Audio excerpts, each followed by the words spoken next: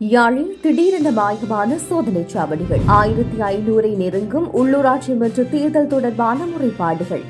இலங்கை வரலாற்றில் முதல் முறையாக மிகப்பெரிய உச்சம் தொட்ட தங்கத்தின் விலை. பணி நிறுத்தத்தில் ஈடுபடும் ஸ்ரீலங்கன் ஏர்லைன்ஸ் பணியாளர்கள். மோடியின் யோசனையை பரிசீலிக்க மறுத்துவிட்ட அனுர. 2 பொருட்களுக்கு வரியில் இருந்து விலக்கு அரசாங்கம் அறிவிப்பு. 15 நாட்களுக்குள் 90,000 வெளிநாட்டவர்களை வரவேற்ற இலங்கை.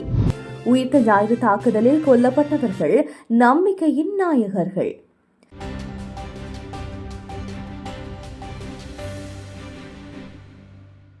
ஜனாதிபதி அன்ருகுமார திசாநாயக்க நேற்று வடமாகாணத்திற்கு பிரச்சாரத்திற்கு வருகை தந்த நிலையில் யாழ்ப்பாணத்திலிருந்து சோதனைச் சாவடிகள் மாயமாகியுள்ளன. யாழ்ப்பாணம் ஏனையின் வீதியில் எழுதுமட்டுவாழ் பகுதியில் அமைக்கப்பட்ட சோதனைச் சாவடியும் பூனகிரி வீதியில் சங்குப்பட்டி பகுதியில் அமைக்கப்பட்ட சோதனைச் சாவடியுமே இவ்வாறு திடீரென அகற்றப்பட்டுள்ளது. அங்கு வரும் கடமையில் இருக்கவும் இல்லை என்பது குறிப்பிடத்தக்கது. மன்னார் யாழ்ப்பாண மாவட்டத்திலும் உள்ளூராட்சி சபைகளில் போட்டியிடும் தேசிய மக்கள் சக்தியின் வேட்பாளர்களை ஆதரித்து நடைபெற்ற பிரச்சார கூட்டங்களில் ஜனாதிபதி அன்ருகுமார திசாநாயக்க கலந்து கொண்டார். இதற்காக ஏனையின் வீதி மற்றும் பூனகிரி வீதிகள் ஜனாதிபதி அன்ருகுமார திசாநாயக்க பயணம் மேற்கொண்டார். ஜனாதிபதி வரும்போது மட்டும் சோதனைச் சாவடிகள் அகற்றப்பட்டமை மூலம் அரசாங்கம் மக்களை ஏமாற்றுகின்றதா, அரசாங்க காவல்துறையினரால் ஏமாற்றப்படுகின்றதா என்ற சந்தேகம் எழுந்துள்ளது.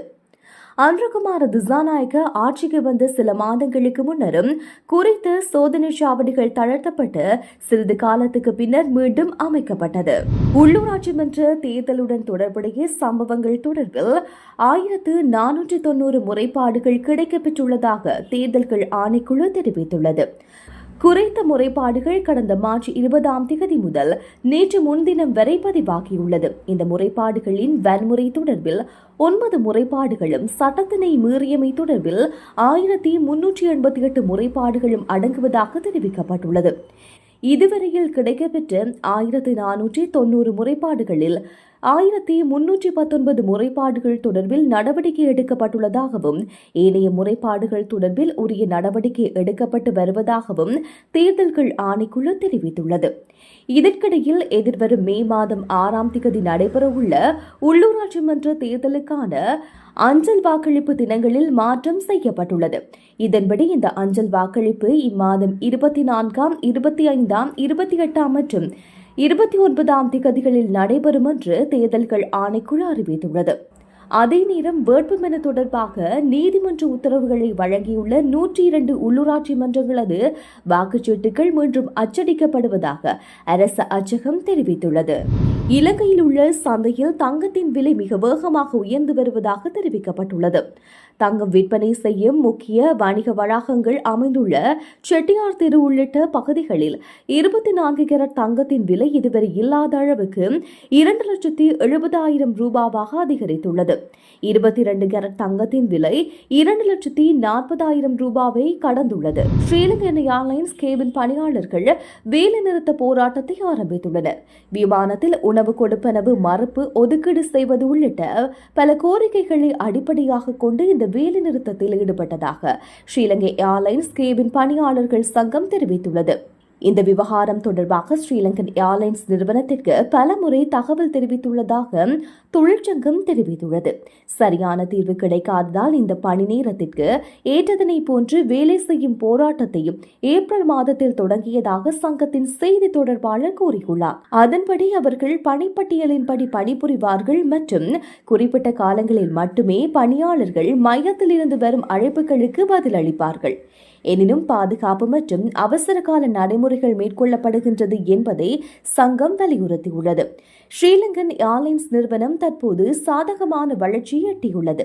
இந்த நிலையில் கோவிட் நோய் தொற்றின் போது செய்யப்பட்ட கொடுப்பனவு நிறுத்தங்களை மீண்டும் வழங்குமாறு கெபின் குழு உறுப்பினர்கள் நிர்வாகத்திடம் கோரிக்கை விடுத்துள்ளது. இருதரப்பு பேச்சுவார்த்தைகளின் போது இந்திய பிரதமர் நரேந்திர மோடியின் சில கருத்துக்களை தெரிவித்த போதிலும் தற்போதைய நிலையில் இந்தியாவுடன் நில இணைப்பு திட்டத்தினை பரிசீலிக்க இலங்கை மறுத்துவிட்டதாக தகவல் வெளியாகியுள்ளது. 2002 தொடக்கம் 2004 ஆண்டுகளில் அப்போதைய பிரதமராக பதவி வகித்த ரணில் விக்ரமசிங்க தலைமையிலான அரசாங்கத்தின் போது இரு நாடுகளுக்கும் இடையிலான நில இணைப்பு பாலம் குறித்து முதலில் விவாதிக்கப்பட்டது. இதையடுத்து 2023ஆம் ஆண்டு ரணில் விக்ரமசிங்கே ஜனாதிபதியாக புதுடெல்லிக்கு விஜயம் செய்த போது கூட்டு அறிக்கையின் நில இணைப்பு குறிப்பிடப்பட்டது. இருப்பினும் கடந்த ஆண்டு டிசம்பரில் புதுடில்லிக்கு விஜயம் செய்த போது ஜனாதிபதி அனுரகுமார திசாநாயக்க தற்போதைய சூழ்நிலையில் இந்த திட்டத்தை முன்னெடுக்க மறுத்துவிட்டார் என்று தெரிய வருகின்றது. இதன் காரணமாக இந்திய பிரதமரின் அண்மைய வருகையின் போதும் இந்த விடயம் இலங்கையின் நிகழ்ச்சி நிரலில் உள்ளடக்கப்படவில்லை. இருப்பினும் ஒரு சந்தர்ப்பத்தில் இருதரப்பு பேச்சுவார்த்தைகளின் போது பிரதமர் மோடி 2 நாடுகளுக்கும் இடையிலான நில இணைப்பு பற்றி குறிப்பிட்டார். அத்துடன் தமது பயணத்தை நிறைவு செய்த பின்னரும் அவர் இந்திய விமானப்படை உலக வானூர்தியில் இலங்கையிலிருந்து புறப்பட்ட போது இலங்கையையும் இந்தியாவையும் இணைக்கும் ராமர் சேது பாலத்தை அவர் பார்வையிட்டமை குறிப்பிடத்தக்கது.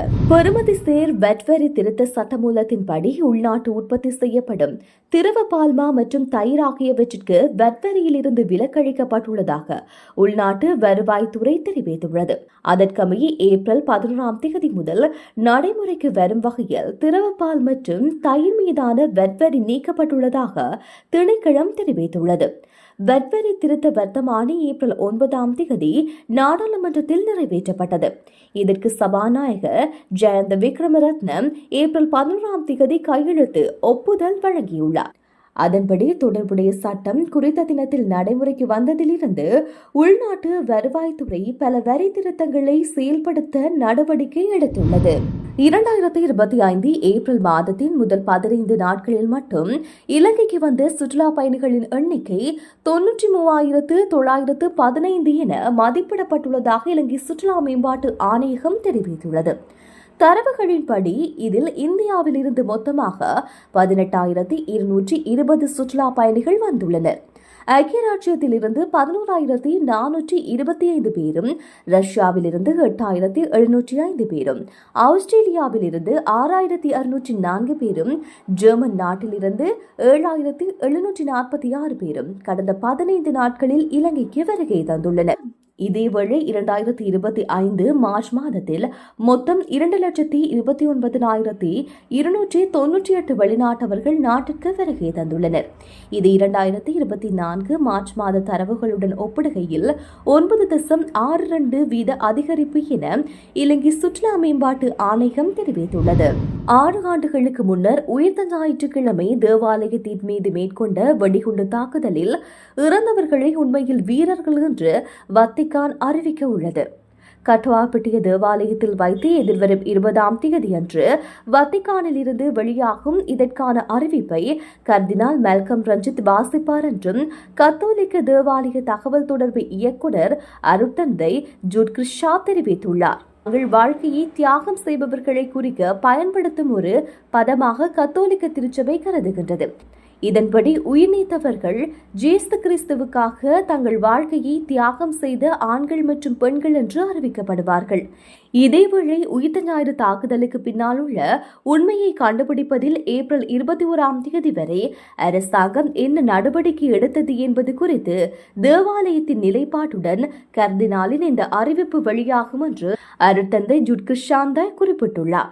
இதற்கிடையில் 2025 ஏப்ரல் 21ஆம் தேதி காலை 7 மணிக்கு புனித லூசியாவில் இருந்து கொச்சிக்கடை புனித அந்தோனியார் ஆலயம் வரை பிரார்த்தனை ஊர்வலம் ஏற்பாடு செய்யப்பட்டுள்ளது.